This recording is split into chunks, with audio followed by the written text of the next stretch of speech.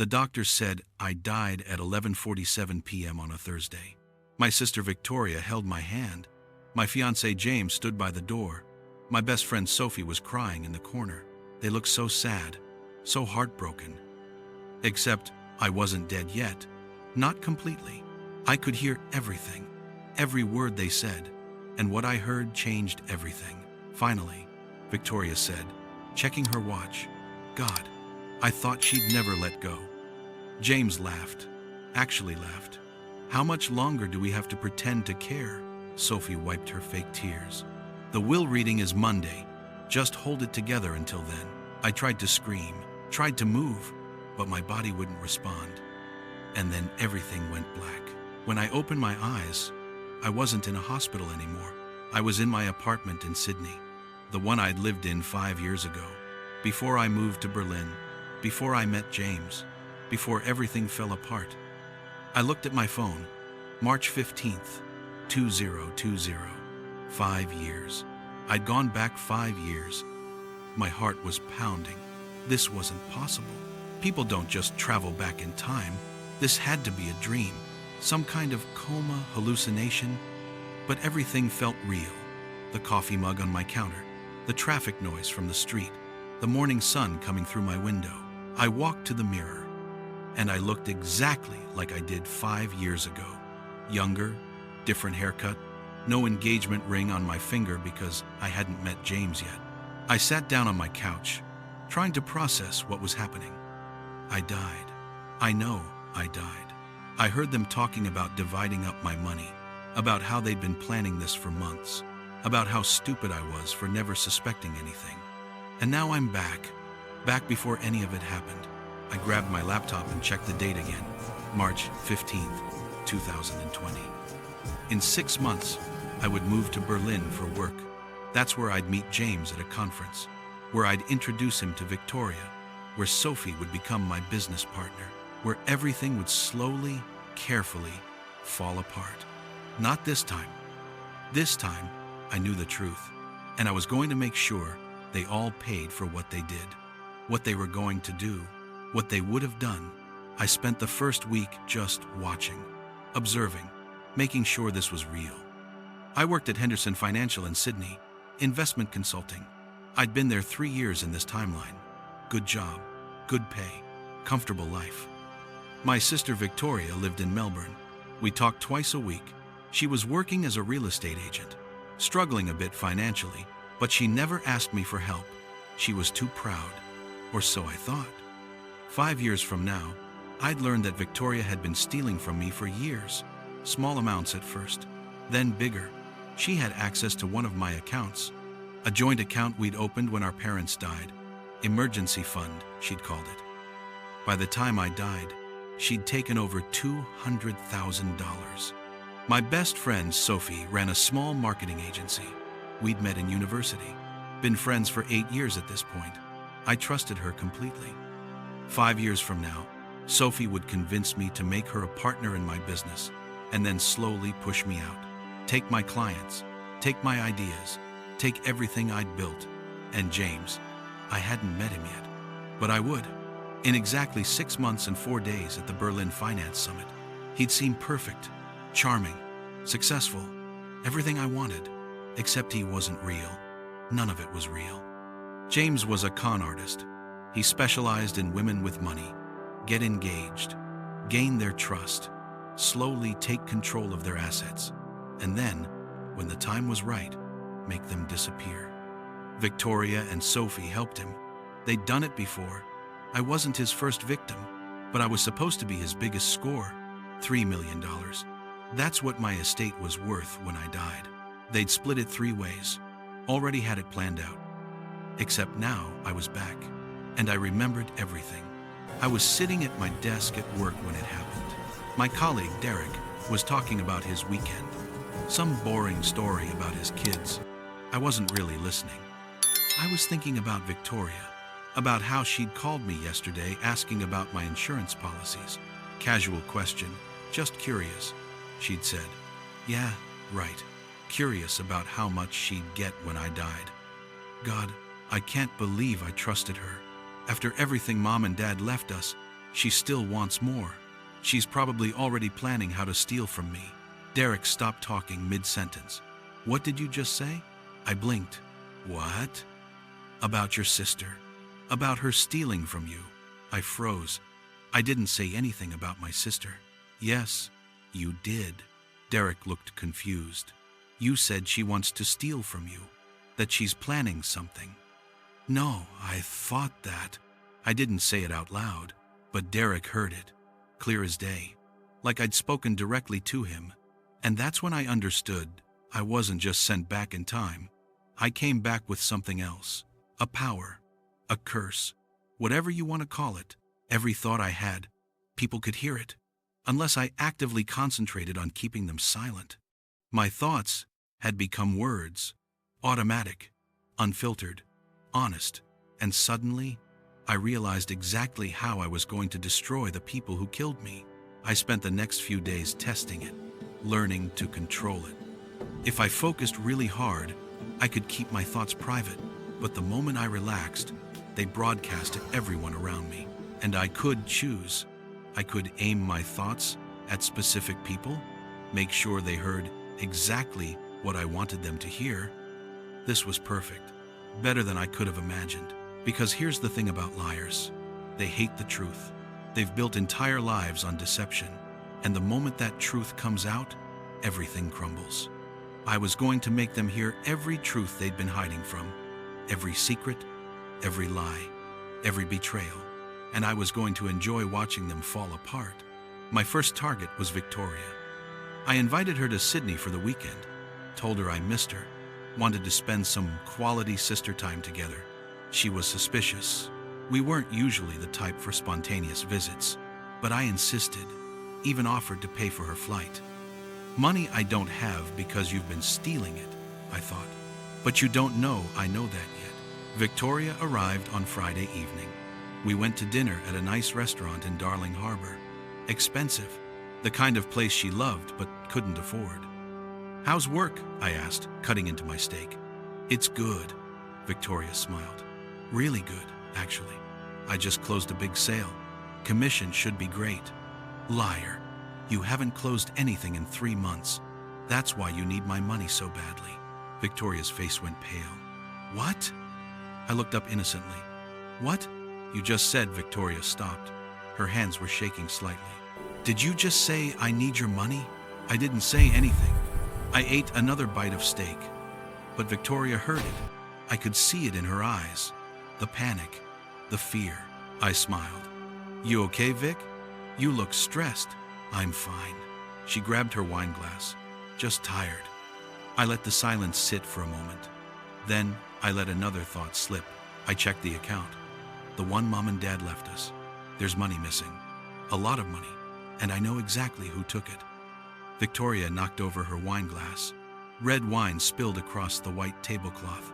Oh God! She grabbed napkins. I'm so sorry. I'm such a klutz. But her hands were shaking, and she wouldn't look at me. It's okay, I said calmly. Accidents happen. People make mistakes. Take things that don't belong to them. Think they won't get caught. Victoria stood up suddenly. I need to use the bathroom. She practically ran across the restaurant. I sat back and smiled. This was working even better than I'd hoped. When Victoria came back, she was different, defensive, nervous. Actually, I think I should head back to the hotel. I'm not feeling well. But we just ordered dessert. I'm really not feeling good. Maybe it's the flight. I need to lie down. Sure. I signaled for the check. Let me walk you back. No! Victoria said it too quickly, too loud, then softer. No, it's okay. I can get back on my own. You stay. Enjoy your dessert. She left before I could argue. I sat alone at the table, eating tiramisu, and smiled. 1 down, 2 to go. Victoria flew back to Melbourne the next morning, made up some excuse about a work emergency, but I knew the truth. She was scared. She knew I was onto her, and she didn't know how much I knew or what I was going to do about it. Good. Let her panic. Let her lose sleep. Let her feel the fear I felt when I realized everyone I loved wanted me dead. My next target was Sophie. Sophie and I had coffee every Thursday. It was our thing. We'd meet at this little cafe in Bondi, catch up on life, complain about work. This Thursday was no different. Except everything was different. "So, I have some exciting news," Sophie said, stirring sugar into her latte. "I'm thinking about expanding the agency, maybe bringing on a partner." I remember this conversation. 5 years ago, I'd been excited for her, supportive, offered to help however I could. That help would eventually lead to me investing $200,000 into her company. Money I'd never see again. Not this time. "That's great, Soph," I smiled. "Who are you thinking about partnering with?" "Actually," Sophie leaned forward, "I was hoping it might be you." There it was, right on schedule. "Me? But I don't know anything about marketing." "You don't need to. I just need the investment capital. And you've got the money. We split everything 50-50. It's a great opportunity." I let my thoughts flow. "Except you're lying. In 2 years, you'll push me out, keep all the clients, and leave me with nothing. You've probably already planned it all out." Sophie's smile faltered. "What did you just say?" I took a sip of my coffee. "I didn't say anything." "Yes, you did. You said I was lying, that I'd push you out." "Did I?" I tilted my head. "Huh, must have been thinking out loud." Sophie's face was red. "That's not funny, Isla." "Oh, we're using names now. Let me use mine, my real name, the one I'd been hiding in this story. I'm Isla Brennan, and Sophie Matthews was one of the 3 people who helped murder me." "I'm not joking," I said simply. "And you know I'm not." Sophie stood up. "This is insane. I don't know what's gotten into you lately, but this isn't okay." "Sit down, Sophie." My voice was calm, but there was steel in it. Sophie hesitated, then slowly sat back down. "Here's what's going to happen," I said. "You're going to tell me the truth about the business, about the real reason you want my money, and about James." Sophie went white. "Who?" "James Crowley, your friend from Berlin. The one you're going to introduce me to in 6 months. The one who's going to help you steal everything from me and then kill me." "I don't know what you're talking about." Sophie's voice was shaking. I leaned across the table. "Yes, you do. And here's the interesting thing. I died, Sophie. I actually died. And then I came back to right now. With all my memories of what you're going to do to me, that's impossible." "Is it? Then how do I know about James? How do I know about your plan? How do I know that you already have the paperwork drawn up for our partnership, with clauses that give you full control after 18 months? Sophie's mouth opened, then closed. She looked like she might throw up. "I don't," she stood up again. "I need to go. Run if you want. But I know everything. And I'm not going to let you get away with it this time." Sophie grabbed her bag and left, nearly knocked over a waiter on her way out. I finished my coffee slowly, 2 down. That night, I got a call from Victoria. "Isla, we need to talk." "About what?" "About the money." Victoria's voice was strained. "From the account. I can explain."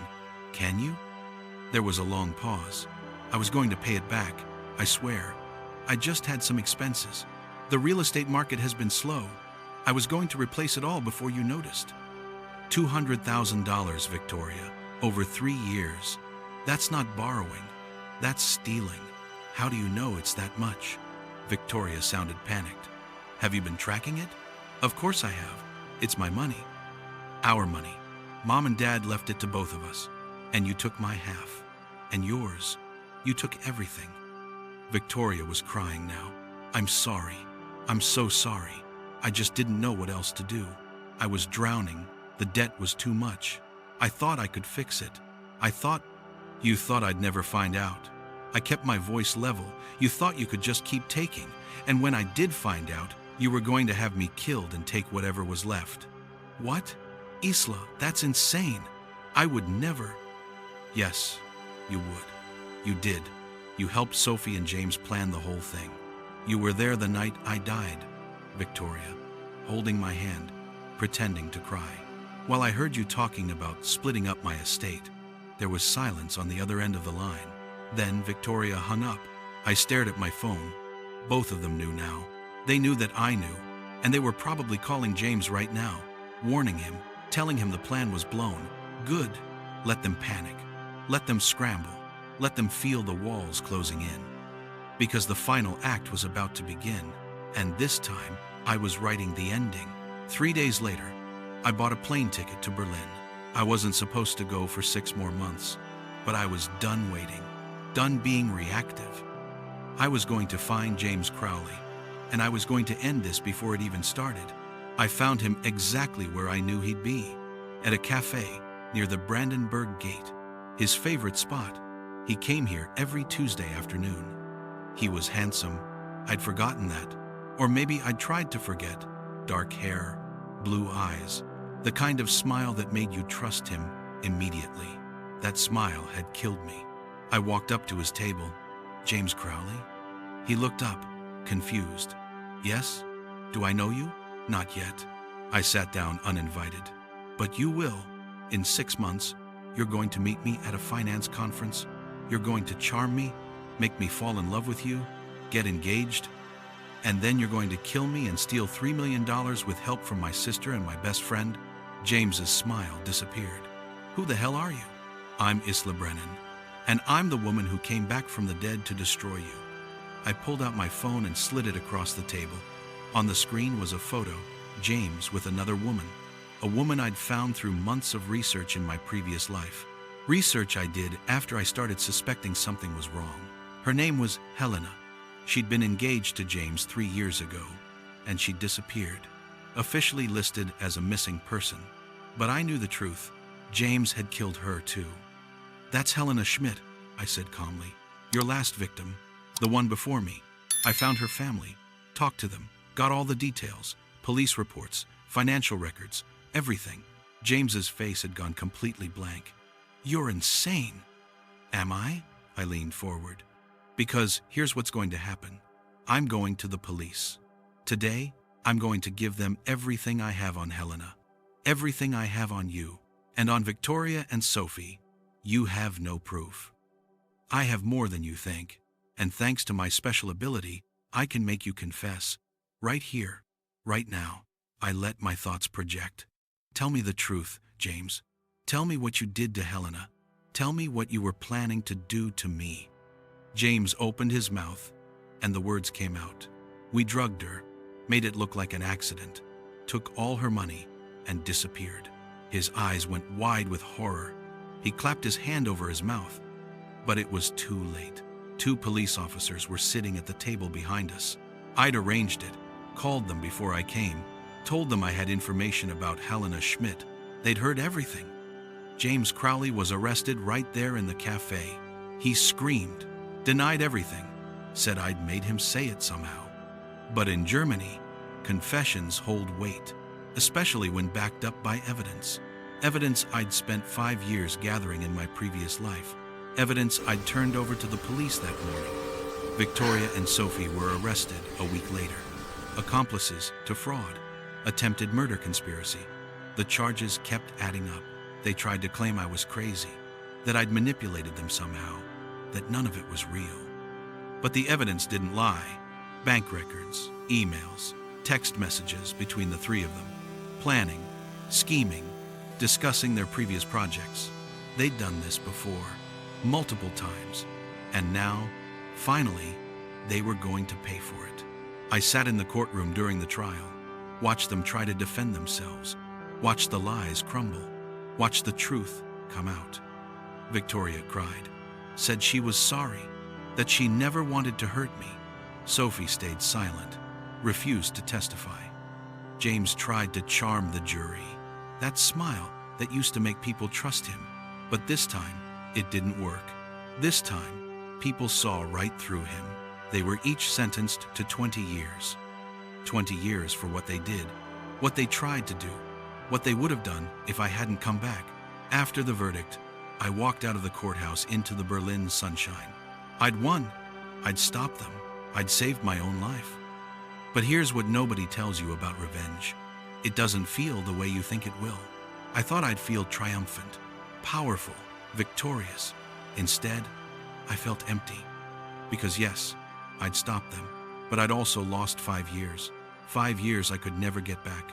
5 years of being suspicious, of seeing betrayal in every friendship, of never fully trusting anyone. The people who were supposed to love me had tried to kill me, and even though I'd won, even though they were in prison, that truth didn't go away. I sat on a bench near the Spree River and watched the water flow past. My phone rang. Unknown number.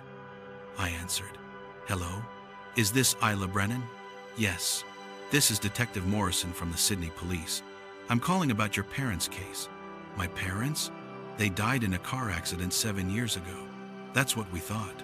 But after the arrests of your sister and James Crowley, we reopened the investigation. And Miss Brennan, there's something you need to know. My heart stopped. What? It wasn't an accident. The brakes were tampered with. We found evidence. And Miss Brennan, based on what we've uncovered, we believe your sister Victoria was involved. The world tilted. My parents. Victoria had killed our parents too. For the inheritance, for the money, for everything. It was never just about me. She'd been doing this her whole life. I hung up the phone. Couldn't breathe. Couldn't think. My sister hadn't just tried to kill me once. She'd been destroying our family for years. And I'd never known, never suspected. Even coming back in time, even with all the knowledge I had, I'd missed that. I don't know how long I sat there, hours maybe, watching the river, trying to process what I'd learned. Eventually, I stood up. My legs were shaky. My mind was numb. But I started walking, one foot in front of the other, moving forward, because that's all you can do. You can't change the past. Even when you go back in time, you can't undo what was done. You can only try to make a better future. And that's what I was going to do. Victoria, Sophie, and James were in prison. Justice was served. The truth was out. And me? I was alive. I had a second chance. A real second chance. I was going to use it. I moved back to Sydney. Started over. New job. New apartment. New life. I went to therapy. Dealt with the trauma, the betrayal, the loss. It took time. Years, actually. But slowly, I started to heal. I learned to trust again. Carefully, cautiously. But I learned. I made new friends. Real friends.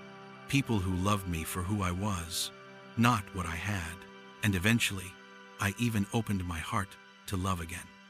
His name was Nathan. He was a teacher, drove an old car, lived in a small apartment, had no interest in my money because he didn't know about it, didn't care about it. He just cared about me. We got married on a beach in Queensland. Small ceremony, just a few close friends, no family, no drama, just love. Real, honest, uncomplicated love. And sitting there, watching the sunset with my husband beside me, I realized something. The power to hear thoughts, the time travel, the revenge, none of that was the gift. The real gift was the chance to start over, to build a life based on truth, to surround myself with people who genuinely cared. The real gift was knowing what mattered and what didn't. Money didn't matter. Status didn't matter. Perfection didn't matter. Love mattered. Truth mattered. Peace mattered. And I finally had all three. Sometimes, the worst thing that happens to you becomes the thing that saves you. I died. And in dying, I learned to truly live. And that's the greatest revenge of all. Living well, living honestly, living free. Victoria is still in prison. So is Sophie. So is James. And me? I'm here, happy, whole, alive. And that's how this story ends. Not with more death, not with more betrayal, not with more revenge, but with life. Real life. The kind worth fighting for. The kind worth coming back from the dead for. Thank you for staying with me through this journey. Isla's story teaches us something powerful. That sometimes the people closest to us are the ones we need to watch most carefully. That trust is earned, not given. And that no matter how dark things get, there's always a chance to start over. If this story moved you, hit that subscribe button. Leave a comment telling me what you would do if you could hear everyone's thoughts. Would you use it for revenge, for justice, or would you wish you never had the power at all? And remember, your story isn't over yet. No matter what you've been through, you have the power to write a better ending. This is Tell Sunnac. Real stories, real emotions, real lessons. See you in the next one.